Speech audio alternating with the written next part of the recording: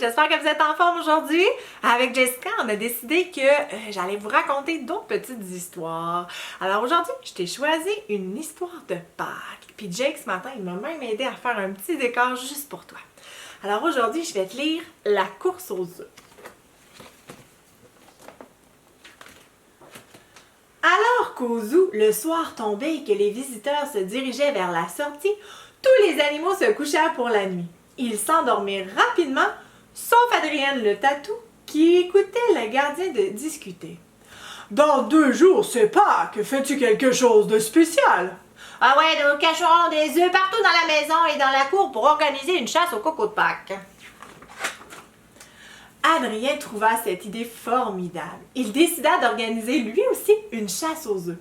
En catimini, il se glissa hors de sa cage par un trou secret qu'il avait creusé. Il y a de cela quelques semaines pour se promener dans le zoo à sa guise. Une fois à l'extérieur, le jeune tatou longea les buissons et les murets pour éviter d'être vu. Lorsqu'un gardien passait près de lui, il se roulait en petites boules pour imiter une roche. Sans faire de bruit, il passa de cage en cage pour expliquer son plan. Nous cacherons les œufs un peu partout dans le zoo et au signal, nous devrons les trouver le plus rapidement possible. C'est celui qui aura le plus de coco qui sera le vainqueur. Mais les espèces ovipares semblaient quelque peu inquiètes. Nous prendrons les œufs en plate qui servent de démonstration aux visiteurs, les rassura Adrien. Je donnerai le signal de départ, proposa Hector l'arableu. Je pourrais subtiliser la carte d'accès du gardien lorsqu'il viendra me nourrir. De cette façon, nous pourrons ouvrir tous les enclos et sortir en même temps, dit joyeusement Capucine le petit singe, et c'était réglé. La nuit suivante, Capucine donna la carte d'accès à Adrien. Ensemble, ils s'introduisirent dans la salle d'exposition et dérobèrent les faux œufs. Ils dissimulèrent ensuite les cocos dans les bosquets, dans les arbres et sous les bancs. Puis, Adrien roula de cage en cage pour déverrouiller chacune d'elles. La chasse était enfin prête. Le lendemain matin, les visiteurs arrivaient peu à peu dans le zoo et s'y baladaient en pointant chaque espèce du doigt, attendris par l'expression de celle-ci ou la position étrange de celle-là.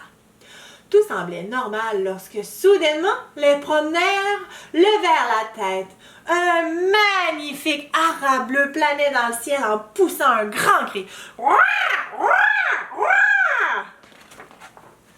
À ce moment-là, les animaux se mirent à bouger tous en même temps. Ils se dirigèrent avec empressement vers la porte de leur cage, maintenant grande ouverte, pour ensuite se précipiter dans le zoo à la recherche des cocos. Les visiteurs furent au départ surpris de cette agitation, mais c'est la peur qui les envahit lorsqu'ils virent foncer sur eux un lion, un rhinocéros et une autruche. Ils se sauvèrent en courant à toutes jambes. La chasse aux œufs prit cependant fin rapidement. « Il n'y a pas assez d'œufs, se plaignit Diane le lama. Je n'en ai même pas trouvé. »« Moi, je n'en ai qu'un seul, et il est tout petit, rit Bernard l'éléphant mécontent. »« Impossible, s'exclama Adrien le tatou. Il y en avait assez, je les ai comptés. Mais qui s'est emparé de tous les œufs? » Paul le caméléon apparut alors honteux. C'est moi qui les ai pris, dit-il. Mais, comment as-tu fait? S'enquit Gaspard le guépard. Toute la nuit, je me suis camouflé pour suivre Adrien et Capucine, et ensuite pour savoir où ils cachaient les œufs.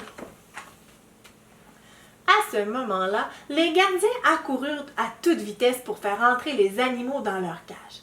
Quelle ne fut pas leur surprise lorsqu'ils remarquèrent la montagne d'œufs de toutes sortes dans l'herbe. « Crois-tu qu'ils faisaient une chasse au coco de Pâques? » demanda un des gardiens.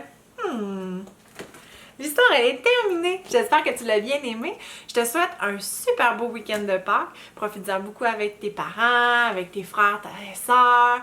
Tu peux aller jouer dehors. Profite du beau soleil. Puis je te souhaite une joyeuse Pâques. On se voit bientôt. Bye!